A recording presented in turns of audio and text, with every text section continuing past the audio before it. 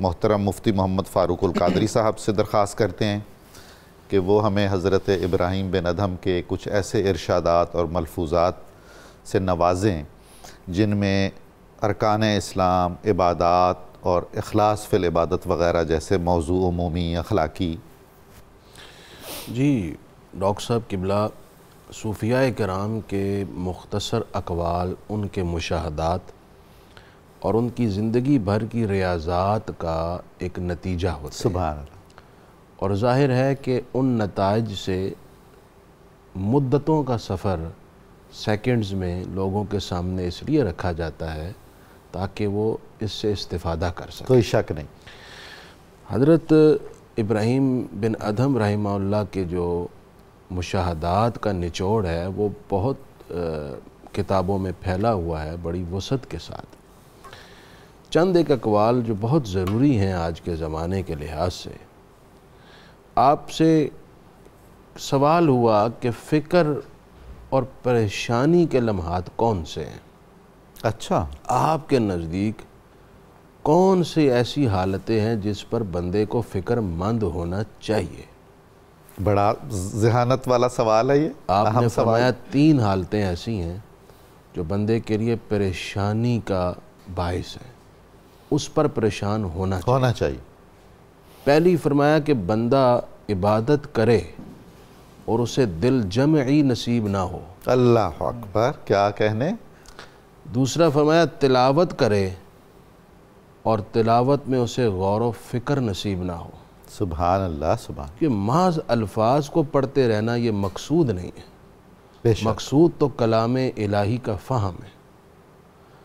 اور تیسرا فرمایا یاد الہی میں مصروف ہو لیکن توجہ اللہ نہ ہو، اللہ کی طرف توجہ نہ ہو اور بندہ زبان سے اس کو یاد کرتا ہے۔ ان حالتوں میں افسوس ہونا چاہیے، پریشان ہونا چاہیے، بندے کو فکر مند ہونا چاہیے میرے ساتھ ایسا کیوں ہے۔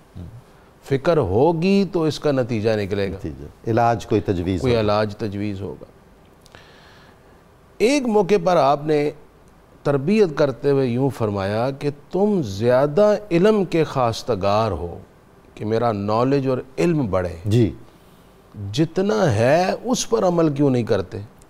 کیا کہنے، کیسی اچھی بات ہے۔ ڈاکٹر صاحب آج ایسا نہیں ہے، ایسا ہی ہے کہ ہم نالج بڑھانے کے درپے ہیں، جی، کتابوں پر کتابیں پڑھتے جا رہے ہیں، جس کا بیشتر حصہ غیر نافع ہے، غیر نافع ہے، لیکن جو علم ہے وہ ہم اس کو قابل عمل نہیں بنا سبحان رہے۔ اللہ۔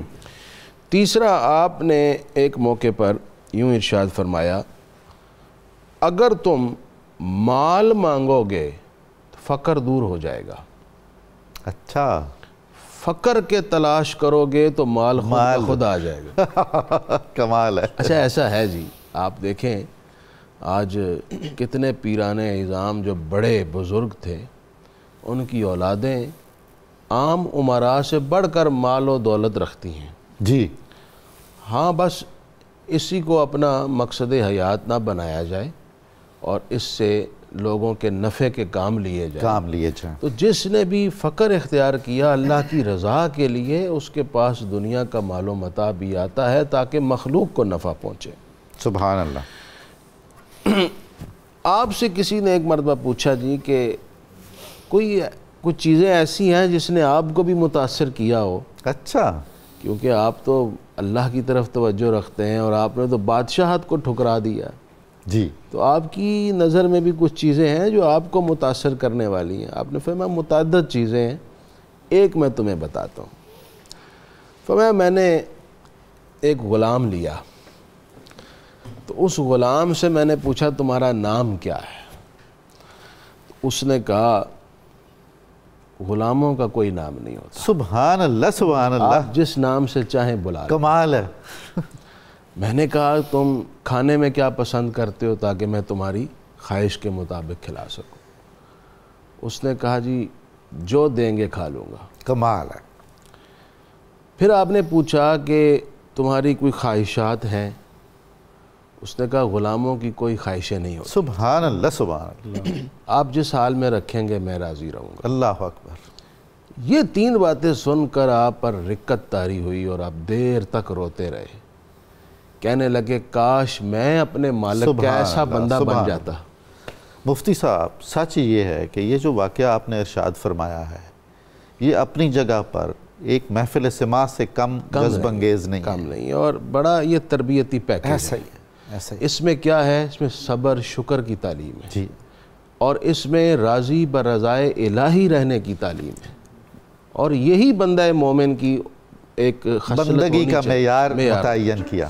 ایک دو باتیں میں بڑی دلچسپ ذکر کرنا چاہتا ہوں۔ جب بندہ فقر اور درویشی اختیار کرتا ہے اور اللہ کا مقرب بن جاتا ہے تو اللہ تعالیٰ اسے نوازتا بھی خوب ہے۔ سبحان اللہ۔ آپ جبل ابو قبیس پر بیٹھے ہیں مکہ مکرمہ، مکہ مکرمہ، جہاں کھڑے ہو کر رسول اللہ نے فرمایا تھا لوگو کہو لا الہ الا اللہ، میں تمہیں ضمانت دیتا ہوں جنت کی۔ وہاں آپ بیٹھے تھے، کچھ مزید اولیاء اور صوفیاء آپ کے ساتھ بیٹھے ہوئے تھے، ایک مجلس لگی ہوئی تھی جبل ابو قبیس پر، مجمع الاولیاء، اولیاء۔ تو ان میں سے ایک نے کہا جی کہ صوفی کا مقام اور ولی کا مقام کیا ہے؟ اچھا، آپ نے پہاڑ کی طرف دیکھا اور فرمایا اگر ولی پہاڑ کو کہہ دینا تو چل پڑ، تو وہ چل پڑتا ہے۔ یہ مقام بھی اللہ عطا کر دیتا ہے اولیاء کو۔ اچھا، اتنا کہنا تھا کہ پہاڑ میں جنبش ہونے لگی، گویا کہ وہ چلنے لگا ہے۔ سبحان اللہ، سبحان تو آپ نے اس کی طرف دیکھ کر فرمایا تو ٹھہر جا، میں نے تجھے چلنے کو نہیں کہا، کیا کہنے، سخر لکم، جنبش رک گئی۔ سبحان اللہ۔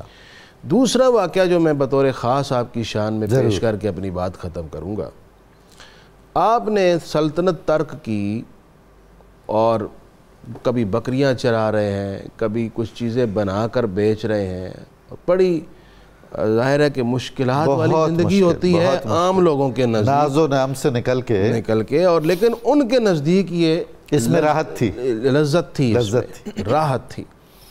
تو ایک دن آپ نا دجلہ کے کنارے بیٹھ کر اپنی قمیض سی رہے تھے، کوئی پھٹ گئی تھی، سی رہے تھے۔